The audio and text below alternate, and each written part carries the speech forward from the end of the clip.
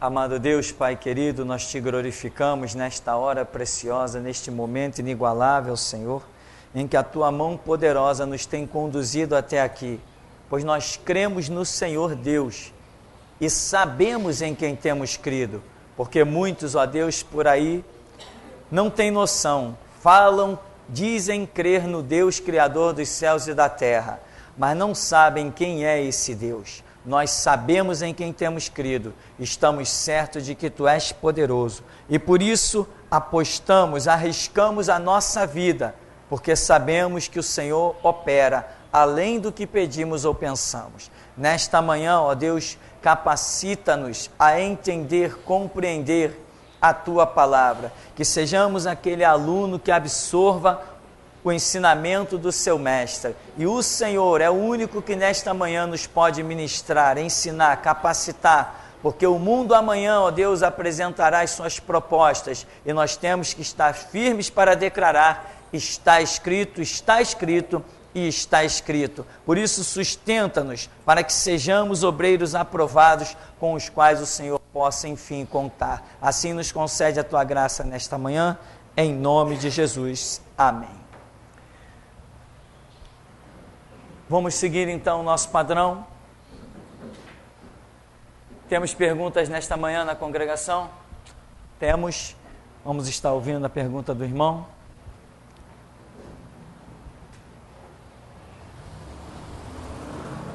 Oi, bom dia, irmãos. Eu queria fazer duas perguntas. A primeira é sobre... Tem alguns chamados assim que Deus não aceita, não, assim, nem o livre-arbítrio do cara, por exemplo, o apóstolo Paulo, que ele chamou, e o profeta Jonas também, né? Sim. Se Deus não aceitou o não deles. Certo. E a segunda é sobre o que o senhor falou no seminário passado, sobre o perdão, assim, para o camarada que tanto faz ele matar 50 como matar um, né? Ou seja, a Bíblia diz que os assassinos não herdarão o reino, né? Em Apocalipse.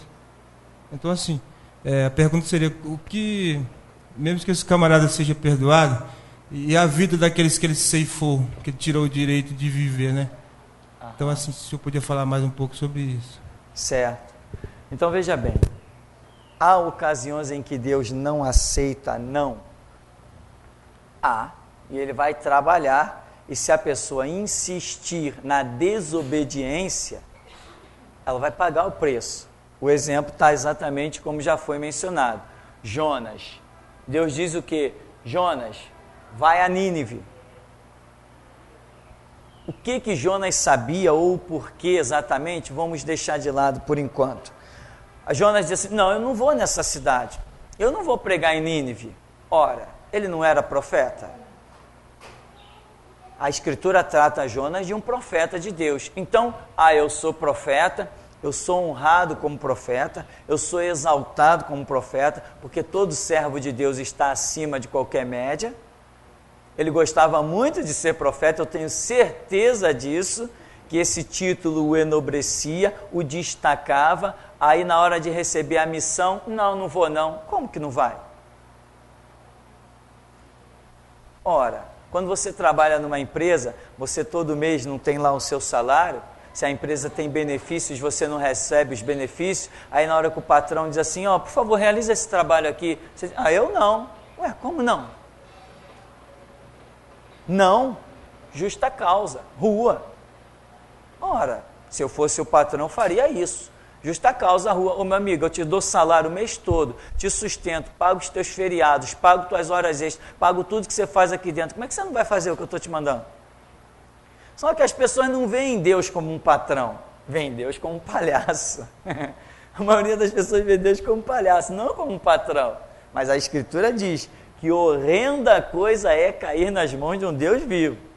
Só que muita gente, não, eu estou vivendo, está vivendo ou vegetando.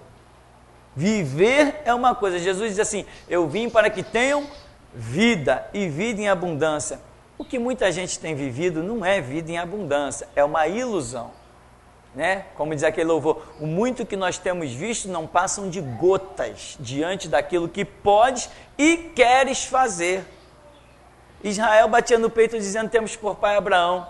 Jesus diz assim: que isso, vocês estão debaixo de maldição, o pai de vocês é o diabo. Então é a ilusão da cabeça do ser humano. Então, Jonas é o profeta. Na hora da missão, não. É aquela luta, vai parar no ventre do peixe, depois de 3 dias crama, Deus vai e manda o peixe o lançar na praia, em Nínive, ele prega, Nínive se arrepende, Jonas lamenta.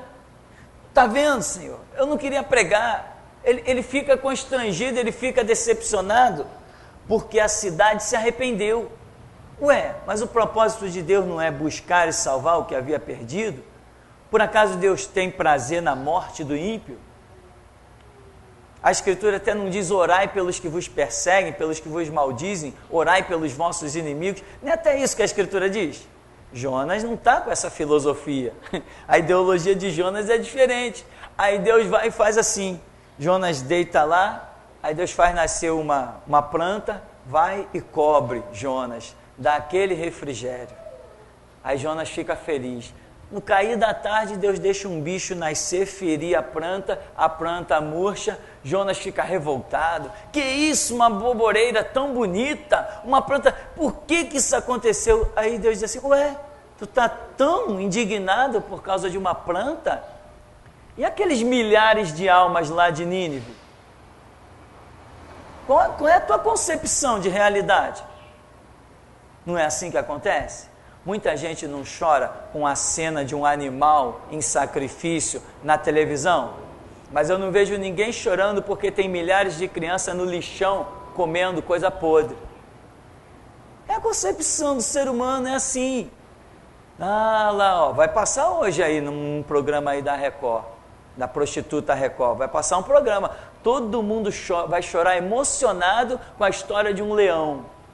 Mas eu não vejo ninguém chorando quando vê crianças lá no meio do lixão catando coisa podre para comer. Eu não vejo ninguém chorar. Então, Jonas lamentou, mas a boboreira estava tão bonita. Aí Deus diz assim, ué, quer dizer que você está com pena da boboreira, do vegetal, e eu não ia ter pena de Nínive, uma cidade com milhares de pessoas que não sabem discernir da mão esquerda para a direita? Então, como é que Deus ia aceitar um não de Jonas? Penso eu que Deus não tinha outro profeta para enviar. Senão Deus enviava outro e deixava Jonas virar esqueleto lá na barriga do peixe. Então tem certos nãos que não podem ser aceitos. Imagina, olha onde Deus me colocou. Eu não sei se eu sou, mas eu me considero o homem mais importante de Jesus Cristo na face do planeta Terra. É o que eu me considero.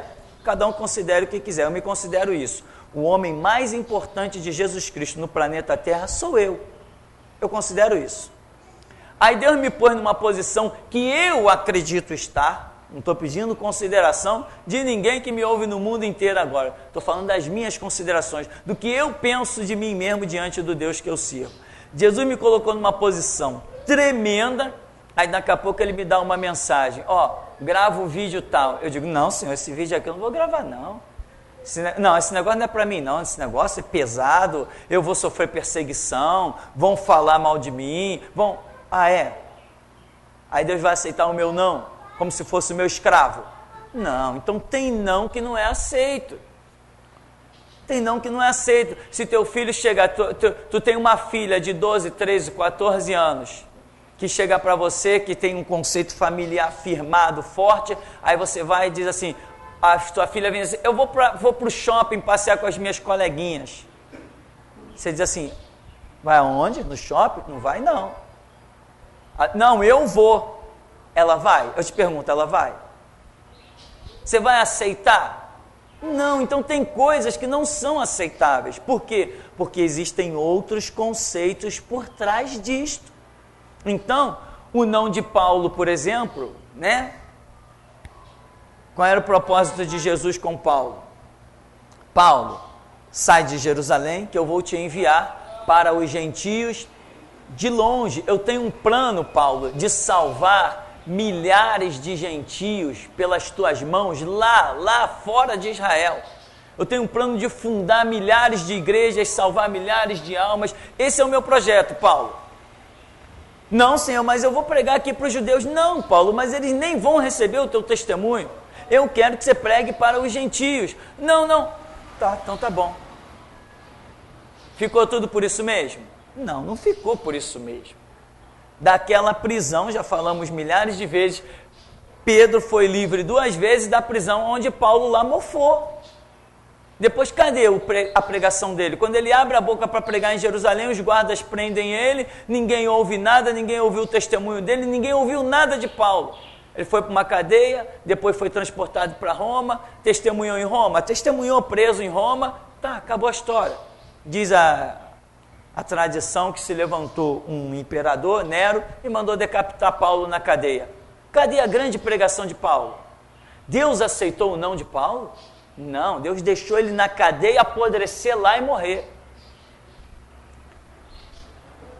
Ou seja, eu estou diante de um ser vivo chamado Deus. Aliás, que usar a expressão vivo é bem aquém da realidade. Vivos somos nós, Deus está acima da própria vida. Ele é o criador da própria vida. Mas para entendermos, estamos diante de um ser vivo, com vontades, determinações, com, não no nosso contexto, mas dentro do contexto espiritual, com sentimentos, porque diz a Bíblia que Deus nos fez imagem e semelhança dele, e nós temos sentimentos, talvez de alguma forma Deus também tenha sentimentos. Jesus chorou entrando em Jerusalém, Jesus se compadeceu, Jesus teve misericórdia, Jesus disse, sede misericordiosos como misericordioso é o vosso Pai que está no céu. Então Deus tem seus sentimentos. Aí na hora que Deus traça os seus planos, em que ele olha assim para frente, ele diz assim, por esse plano aqui eu vou salvar 10 milhões de almas. Aí eu, pateta aqui, digo assim, não, comigo tu não vai contar, eu vou fazer outra coisa.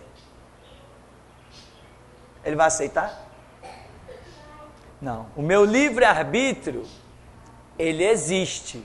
Mas quando eu me proponho ser servo de Deus, não existe mais o meu livre-arbítrio. Se eu sou servo, existe sim o meu serviço, a minha submissão, a minha obediência. Sou livre, a hora que eu quiser dizer não, eu digo não, mas que eu vou pagar, eu vou pagar. Se Jonas não quisesse ir, ele não ia, ele morria no ventre do peixe. Como Paulo não quis ir, Paulo não quis sair de Jerusalém, morreu na prisão. Se Jonas não quisesse ir a Nínive, ele morria na barriga do peixe. Ele tinha livre-arbítrio? Tinha livre-arbítrio, mas aceito por Deus naquele momento? Não. A vontade de Deus estava acima da vontade de Jonas. Ou não é assim? Jesus não é Senhor? Nós não somos servos? Onde já se viu servo fazer projeto? Servo executa o projeto do seu Senhor. Então, isso é tão sério, irmão.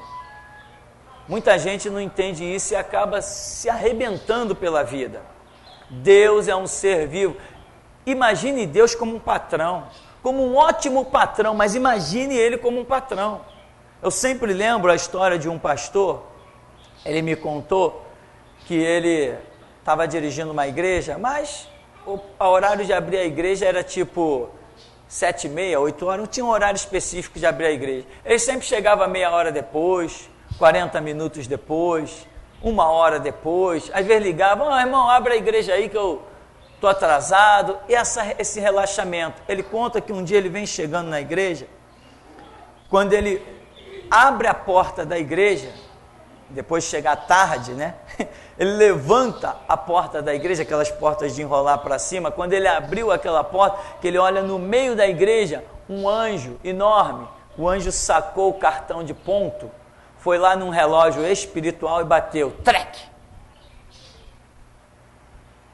Não, nas empresas aí eu pinto 7. Não pinto 7. Nas empresas eu sou certinho, senão meu patrão me manda embora. Ah, mas na obra de Deus não tenho patrão? Pior que patrão, eu tenho Deus. Então ele conta que nunca mais ele chegou atrasado na igreja. Por quê? Porque ele viu o anjo bater o cartão de ponto dele. Ou você acha que não? Você acha que os cultos aqui quarta-feira, o horário, eu posso desrespeitar esse horário? Não posso. Domingo, eu posso desrespeitar esse horário? Não posso. Deus traça planos hoje em cima deste horário. os planos que Deus traça hoje, as pessoas que Ele vai trazer aqui, o dia que Ele vai trazer aqui, Deus traça planos em cima desse horário. Nós tínhamos culto aí terça e quinta. Até mudar isso para quarta-feira, meu irmão, foram mais de 6 anos em oração. Enquanto Deus não autorizou, não mudou. Hoje nós temos culto, quarta e domingo. Eu não posso mexer nisso sem autorização. Então, o livre-arbítrio, ele existe. Mas o estar em obediência diante do Senhor é maior que o meu livre-arbítrio. A graça de Deus é maior que a minha própria vida, tá? Quanto ao perdão, realmente não importa. Eu posso ter matado 1, 100 ou 1000. Não interessa quantos eu matei. A Escritura diz profeticamente, e quanto a isso não tem argumento, se o justo praticar o mal, ele morrerá na maldade. Já era. Mas se o mal praticar justiça, ele morrerá na justiça. O mal que o destruiria já era. Ou a Bíblia não diz que Jesus Cristo veio buscar e salvar o que se havia perdido? Quem era um assassino é o que se havia perdido? Então Jesus veio buscar ele. Um estuprador, um pedófilo, um mentiroso, um assassino, seja lá o que for. Foi esse que Jesus veio buscar? Ou Jesus veio buscar os bonzinhos? Quando criticaram Jesus de sentar com os pecadores, ele falou o quê? Não necessitam de médicos os que estão sãos, mas sim os que estão enfermos. Eu reconheço que um assassino, um praticante do mal, é um enfermo espiritual que precisa do resgate de Deus? Então não me importa o que a pessoa fez. Pode ter feito as piores atrocidades. Hoje nós temos testemunhos de pastores que já foram pais de santo da Umbanda, Quimbanda e Candomblé, que esquartejaram crianças em sacrifício de magia negra e que hoje são pastores honrados, que a gente chega lá e aperta a mão dele com todo prazer, a paz do Senhor, e glorificamos Jesus por tê-lo resgatado daquela lama e hoje ele ser um homem de Deus. Esse é o trabalho do Evangelho, essa é a obra do Espírito Santo. Então, não interessa. Mas aí tem aquele pensamento. E as centenas de pessoas que aquele camarada matou? Ora, quando ele vivia na impiedade, ele matou pessoas que também viviam na impiedade. Era a mesma lama, mas Jesus está tentando resgatar tanto esse assassino quanto aqueles assassinados. Esse é o trabalho, Deus sempre tentou resgatar. Então, de alguma maneira, se alguém deu ouvidos à voz dele, sai disso. Agora, se não sair, vai continuar até se perder. E nós temos muitos exemplos dessa situação, de gente que praticava o mal, né? Matava, e acabou sendo resgatado. Nós temos ali, por exemplo, aquele ex-ladrão da cruz, que diz para Jesus assim, diz para o amigo dele, né, lá na cruz, olha, em outras palavras, cala tua boca, tu não reconhece que nós estamos pagando o justo pela nossa maldade? Mas aí aponta para Jesus, esse daí nenhum mal fez. Aí diz, Senhor, lembra-te de mim quando entrares no teu reino. Aí Jesus diz assim, hoje mesmo tu estarás comigo no paraíso. Ora, aquele homem era um homicida. Aquele homem tinha crime nas costas. Então, esta é a realidade. Se alguém fez o que fez, para o Evangelho não interessa, porque a Bíblia diz que o sangue de Jesus Cristo nos purifica de todo pecado. Se o sangue de Jesus Cristo nos purifica de todo pecado, nos purifica também de ter sido um assassino, um homicida. Quantas irmãs no meio da igreja praticaram abortos e tantas coisas, não foi perdoada? Foi perdoada, e tem mais, e tem que aceitar o perdão, senão acaba não indo adiante no reino espiritual. Quantos no nosso meio fizeram as piores coisas? Nós temos testemunhos hoje de padres que se converteram. Tem até uma pregação maravilhosa de um ex-padre, que eu tenho ela, coloquei na internet, um ex-padre que se converteu. Ora, todo mundo sabe que ex-padre praticou pedofilia, homossexualismo, essa é a carreira dos padres, pedofilia, homossexualismo e outras barbaridades sociais, vamos assim dizer. E hoje, alguém tem alguma repulsa contra ele? Não, aquele cara era um padre. Não, ele era um padre, graças a Deus, não é mais.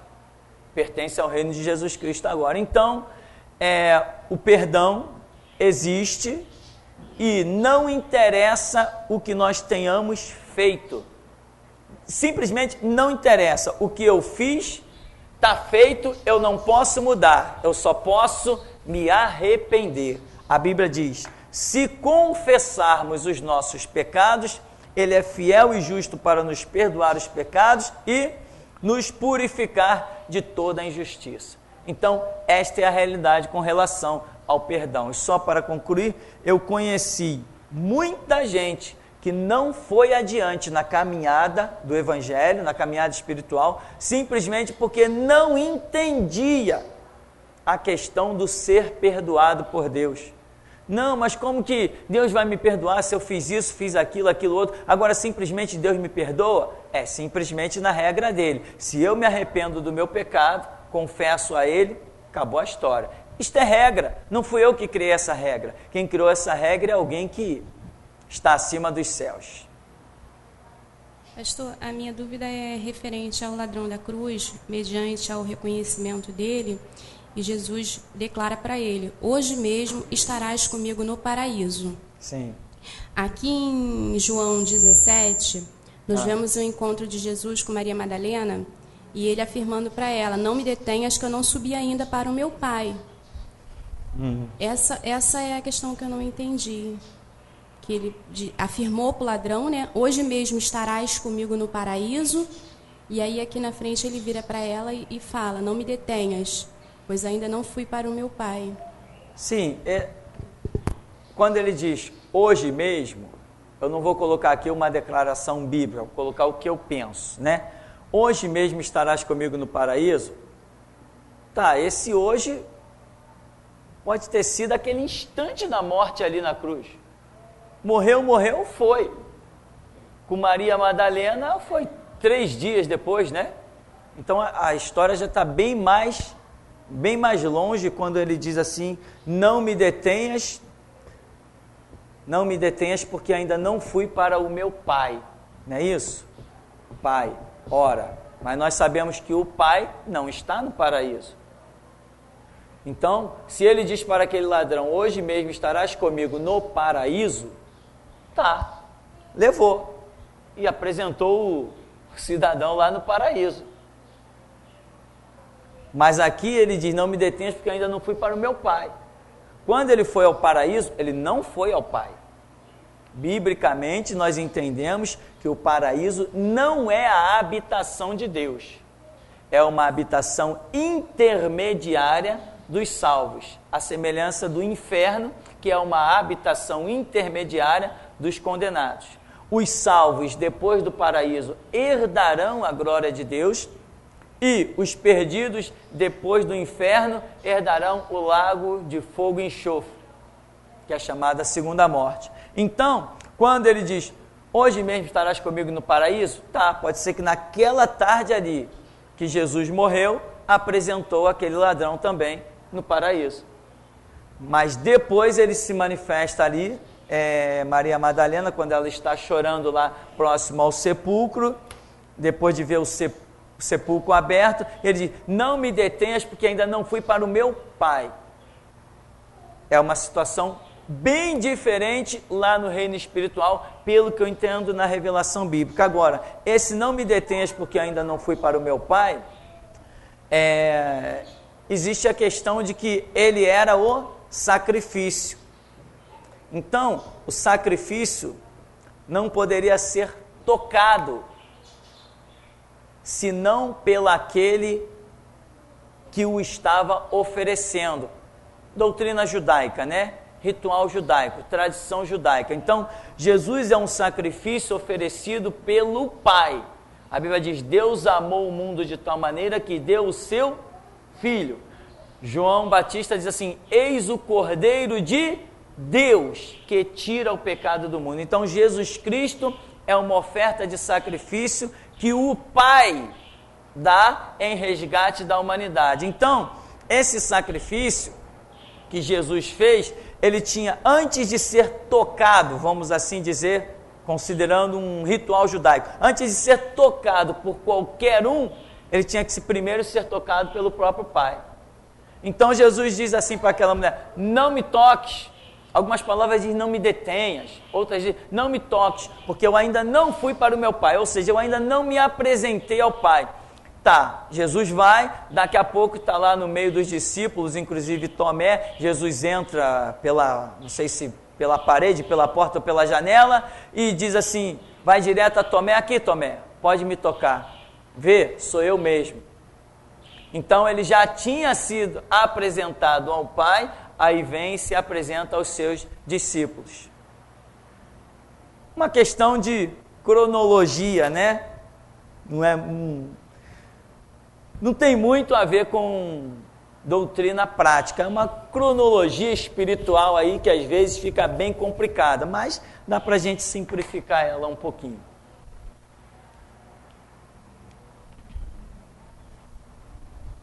Pastor, no princípio, Deus quis que Israel fosse a videira, certo?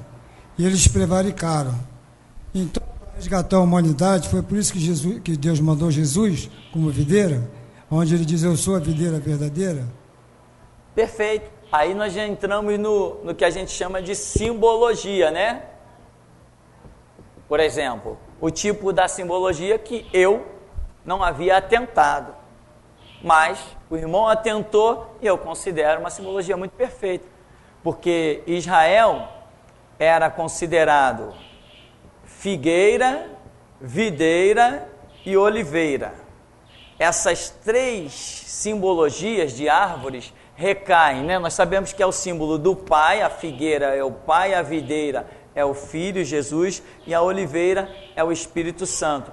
Mas, se Israel poderia dizer-se povo de Deus, então nós podemos entender que figueira, videira e oliveira, Pai, Filho e Espírito Santo, estão representados na nação de Israel.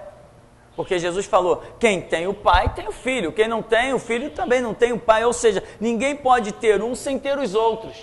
Quem tem o Espírito Santo é porque tem o Filho e tem o Pai, quem tem o Filho tem o Pai e tem o Espírito Santo. Aqui não existe divisão. Não, eu estou com o Espírito Santo, mas não estou com Jesus, não. Não existe isso. Ou está com um, ou está com todos, ou não está com nenhum. Então, se Israel é representado como Jesus amaldiçoou a figueira, né? Ora, se Jesus amaldiçoou a figueira, Jesus está amaldiçoando seu próprio Pai? Não, a simbologia não é só da figueira Pai, é figueira também Israel. Então Jesus está amaldiçoando a nação de Israel. O que acontece aqui? Dentro dessa simbologia que o irmão expõe, Israel, tendo como um dos seus símbolos a videira, ele está servindo como resgate da humanidade, porque Deus está chamando todos a se converter às leis de Israel. Esse é o chamado do Antigo Testamento. Agora, Israel fracassou, aí vem Jesus. Jesus Cristo vem e Jesus se diz, eu sou a videira verdadeira. Por quê? Por que ele diz eu sou a videira verdadeira e meu Pai o lavrador? Se ele está dizendo eu sou a verdadeira, nós já conhecemos muito bem essa expressão de Jesus. Quando ele enfatiza ser o verdadeiro, ele está querendo dizer que alguém já veio com aquele título, mas era falso, ou se corrompeu, ou prevaricou. Provavelmente, ele está falando de Israel. Aí depois, em outros termos, Jesus vai dizer assim, muitos vieram em meu nome, por exemplo, né? Mas as ovelhas não o seguiram. A ovelha conhece a voz do bom pastor. Eu sou o bom pastor. O bom pastor entra pela porta, mas o que não é, o outro é salteador. Em outras palavras, pula a cerca, vem por caminhos que não são. Então Jesus vai usando toda essa simbologia, e eu creio que o irmão colocou aí, tem bastante fundamento para nós enquadrarmos como uma simbologia, em que Jesus se intitula a videira verdadeira, mas até então o considerado videira, representante do Espírito Santo, do Filho e do Pai, seria Israel. Mas como Israel está agora em queda, Jesus diz, acabou, ninguém tem mais que olhar para Israel, agora tem que olhar para mim. É plenamente aceitável. Temos ainda perguntas aqui? Não? Pastor, uma pergunta do João, ele diz assim: o senhor acredita que uma pessoa que nunca foi crente pode receber a salvação confessando a Cristo no fim da vida, mesmo que por toda a sua vida ela rejeitou o Evangelho e viveu na prática do pecado? Sim, é o exemplo que nós vemos do ladrão da cruz. Durante toda a sua vida viveu na prática do pecado, e naquele instante que ele está pregado ali, não vai sair dali, vai ser morto. Ele diz, Senhor, lembra-te de mim quando entrares no teu reino, e Jesus diz o quê? Hoje mesmo tu estarás comigo no paraíso, ou seja, estou te salvando agora. Mediante a confissão dele, de que Jesus não tinha feito mal nenhum, estava pagando ali por um erro que não cometeu, ele entendeu isso. Senhor, chama Jesus de Senhor e diz, lembra-te de mim quando entrares no teu reino. Ele entendeu que o reino de Jesus não era desse mundo, ele recebeu uma palavra de salvação, hoje mesmo estarás comigo no paraíso. Então, não importa se a pessoa foi da magia negra, candomblé, umbanda, quimbanda, se foi padre, mãe menininha do canto-á, se foi filha de Maria, se foi assembleano envolvido com a política, se foi presbiteriano envolvido com a maçonaria, não importa o que a pessoa foi, se ela no fim da sua vida ela reconhecer os conceitos de Deus, as suas obras mortas saem de cena, e ela, pela sua fé, pela sua confissão, ela vai herdar a glória de Deus. Porém, nós não podemos ignorar o tempo. Vou traçar aqui uma linha de tempo. Existe uma linha de tempo em que Deus traça, essa linha de tempo é o tempo da nossa vida, de se voltar para as coisas de Deus. Desde que nós nascemos, o projeto de Deus é nos chamar para dentro do seu reino, para dentro dos seus conceitos. Então, desde o começo, Deus começa a nos chamar, chama uma vez, eu vou vivendo a minha vida. Ele chama outra, não, mas eu vou caminhando no meu dia a dia. Ele chama outra. Cada vez que ele chama e eu não dou ouvidos ao seu chamado, cada vez, pode acreditar, vai ficar mais difícil de eu atentar para as coisas de Deus. Cada chamado que Deus me faz e eu insisto em caminhar no meu próprio projeto, as coisas vão me envolvendo cada vez mais e cada vez mais vai ficando difícil de eu dizer sim para Deus. Por isso que a Escritura diz lá em Eclesiastes capítulo 12, lembra-te do teu Criador nos dias da tua mocidade, antes que venham os maus dias e chegue o tempo que tu venhas a declarar, não tenho neles contentamento. Então lembra-te do teu Criador nos dias da tua mocidade. Agora, Deus vai chamando, mas cada vez que eu digo não para Deus, as minhas renúncias vão se tornando cada vez mais fortes. O que eu tenho, melhor dizendo, o que eu tenho que renunciar vai se tornando cada vez mais forte. Então, enquanto eu estou no começo da minha caminhada, um adolescente, recebo o chamado de Deus, e ali praticamente, muitas vezes eu não tenho nada para renunciar. Não tenho nada. Mas depois que eu chego aos 25 anos e a minha cabeça já está tomada de um monte de coisa e os meus projetos ali não têm Deus. Então eu já me vejo muito bem arrumado, organizado, sem Deus, para agora chegar e jogar Deus dentro daquela salada toda que se tornou a minha vida. Aí começa a complicar. Aí Deus vai e me chama de novo aos 30 anos de idade. De novo eu digo não. cada vez vai se tornando mais difícil de eu ser resgatado. Aí vem a misericórdia de Deus nesses últimos instantes de vida, o último grito. O último grito de Jesus para aquele ladrão lá foi ali. Ali ele reconheceu, caramba, daqui eu não escapo. Ninguém nunca escapou daqui. Aí Jesus está ali do lado dele, caladinho, todo mundo falando um monte de coisa e ele detecta. Talvez pelo que ele já tinha ouvido na prisão e pela cena que ele está vendo ali, ele consegue detectar que Jesus é alguém diferente. E lembra-te de mim quando entrares no teu reino. Jesus não perdeu aquela última oportunidade de resgatar o camarada. Hoje mesmo tu estarás comigo no paraíso. Então, cada vez que Deus me chama e cada vez que eu digo não, as coisas vão se tornando mais e mais difíceis, né? Mais e mais difíceis.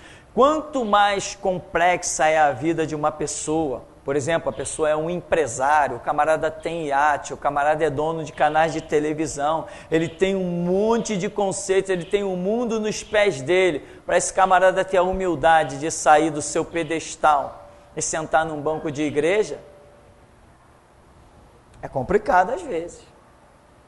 É complicado. Você vê que muita gente teve título de ter se convertido. Por exemplo, Cid Moreira, Beto Carreiro, governadores de São Paulo, o tal do Dedé, lembra? Mas aí vai ver qual era o ambiente que essas pessoas frequentavam. A Adonep, Associação dos Homens de Negócio do Evangelho Pleno, só empresário. Era o ambiente que eles frequentavam, uma associação que montaram aí. E outras mais, né? Sim, Gideões, o encontro das elites. Então, aí lá estava, as câmeras filmavam essa gente lá. Cadê eles? Cadê o Dedé? É só você ligar a televisão que você acha ele. Mas não procure-o dentro das igrejas. Então, essa é uma realidade. O chamado de Deus nas nossas vidas começa quando nós temos muito pouco para renunciar. Cada vez que a gente diz não para Deus, vai se tornando cada dia mais difícil de se tornar um cristão. Tem mais perguntas? É uma pergunta do Evânio de São Paulo. Pastor, é pecado que nós venhamos ter árvore de Natal, pisca-pisca em nossa casa? Pois sempre tive e gosto, não por comemoração a alguma festa da Igreja Católica, mas de enfeite dos pisca-pisca e da árvore de pinho. Enfim, o que o senhor me orienta? O que acontece? Hoje nós vivemos um conceito social que as raízes de tudo que a gente faz hoje, essas raízes não existem mais. Hoje uma pessoa coloca dentro da sua casa uma árvore de Natal, aí vem um cristão mais espiritual, daqueles bons, diz assim, irmão, isso é pecado. Aí a pessoa diz, pecado por quê? Se é pecado, tem que ter um porquê, tem que transgredir uma regra bíblica para ser pecado. Aí não é pecado, porque lá no tempo dos vikings, eles usavam espinheiros e os inimigos, eles decapitavam e penduravam a cabeça nesses pinheiros. Daí vem o costume de ter a árvore de Natal em forma de pinheiro e essas bolinhas que representavam os crânios do inimigo pendurado.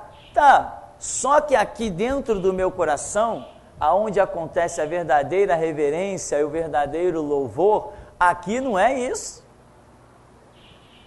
Eu não estou nem aí para o pinheiro dos vikings ou pelo crânio que eles penduraram lá. Então aquilo que poderia até ser um símbolo desse paganismo, dessa idolatria, não é dentro da minha casa, porque eu não coloquei aquilo ali.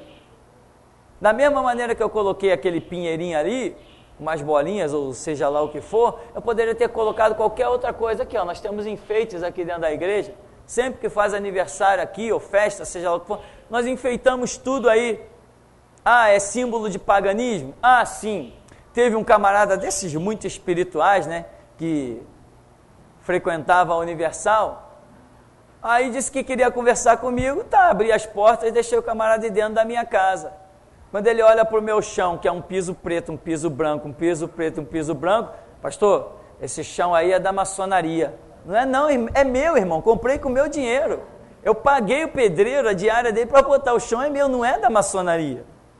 Então, o chão é da maçonaria. Provavelmente vai sair por aí e vai dizer assim, não, aquele pastor lá da geração de Jesus Cristo, o chão dele é da maçonaria. É nada, eu mostro nota fiscal de cada coisa que eu comprei. Não é da maçonaria não, é meu. Conceitos que parecem ser reais, mas não são, né? Irmão, não acenda a vela dentro da sua casa, é pecado. É mesmo, acender vela dentro de casa é pecado? Se faltar luz, você não acende vela, anda no escuro. Não tem nada a ver, entende, meu irmão? O louvor, a adoração, a reverência, ela acontece quando há uma intenção, tem que ser processada no coração e daí a sua atitude vai revelar aquilo. Eu acendo quantas velas eu quiser e ai se o diabo tentar usufruir daquele lumen ali. Entende? Não tem nada a ver. Então, claro, objetivos, propósitos, isto é que vai revelar o que é o fruto daquela atitude que você está tendo. Se a sua intenção foi louvar, engrandecer, reverenciar alguma coisa, tudo bem. Aí você pode, com uma simples pedra, pega uma pedra ali no meio da rua, um pedaço de cascalho inútil que ninguém quer para nada. Se você pegar aquilo ali e colocar em cima da mesa de centro da sua casa e disser assim, não, isso aqui é para mim cultuar ao diabo. Acabou. Com aquilo ali você está cultuando ao diabo. Porque o culto não aconteceu na pedra, o culto aconteceu no seu coração, na sua maquinação, no seu entendimento. Você achou que é aquilo, é na sua intenção. Quanta gente já não deu uma garrafa de pitu para Pombagira? E ficou todo confiante, porque tinha feito um pacto. O pacto não aconteceu na garrafa de pitu, o pacto aconteceu na intenção, no projeto, no propósito. Então esse negócio de, eu fui na casa do irmão, caramba, o irmão era, sei lá, presidente da igreja, eu vi um pinheiro. Sim, eu frequentei uma igreja, aonde época de Natal, eles colocavam um pinheiro enorme. Você chegava na entrada principal da igreja e tinha um pinheirinho de artificial, montado com aqueles presentezinhos simbólicos e tal, aquilo tudo ali aceso, piscando. Meu irmão, nunca disse nada para ninguém, nem de positivo nem de negativo, era apenas um enfeite. Um enfeite. Então, mas lá no tempo dos vikings, o que me interessa o tempo dos vikings? Tem tanta coisa hoje que nós somos obrigados a fazer e que um dia foi usado para cultuar o diabo. Só que hoje eu uso aquilo se tornou uma necessidade da sociedade e eu não uso para cultuar o diabo. Eu uso por uma necessidade natural e uso até para cultuar Deus. Né? A televisão, eu posso usar uma televisão para cultuar a Deus ou para servir ao diabo. Uma rádio, eu posso usar para cultuar a Deus ou para servir ao diabo. Uma digitação de um texto, eu posso criar um texto, um estudo para cultuar a Deus ou para cultuar o diabo. Eu posso fazer um louvor para cultuar a Deus ou cultuar o diabo. Então, a fonte é uma só, mas o propósito, com a boca que eu tenho, com o dom de fala que eu tenho, eu posso cultuar a Deus e com esse mesmo dom de fala eu posso cultuar ao diabo. Então o problema não está na fonte. O problema está em o que essa fonte quer produzir. Né? A fonte é uma só, ela é aquilo. Tipo, um pinheiro. O pinheiro, esse costume veio lá dos vikings, tá? Mas hoje não tem nada a ver com viking. Os vikings nem existem mais. Então, resumindo, você tem que saber se o que você está fazendo, com que objetivo você está fazendo.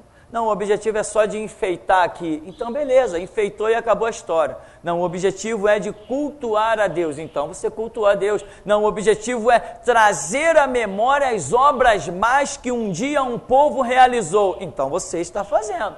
O problema está no seu coração. O problema não está numa árvore artificial ou numa vela acesa. Não é aí que está o problema. Por exemplo, não tem aí o tal da... Essas pessoas que usam essas pirâmides, como é que chama? Esotéricos, né? Os esotéricos. O camarada diz que as pirâmides foi feita por seres extraterrestres, seres evoluídos e tal, e haja baboseira, haja palhaçada. Aí ele vai e pega uma pirâmide,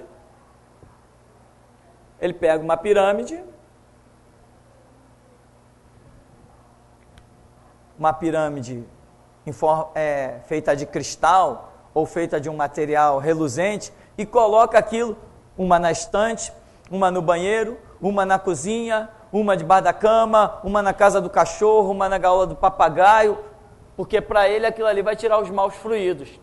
Então ele está atribuindo aquilo ali um envolvimento, uma questão espiritual. Aí pronto, aí o diabo vai fazer a festa na casa dele.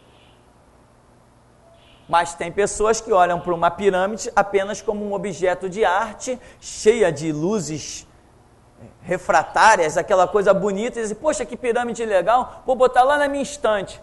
Acabou o problema, você não tem problema nenhum.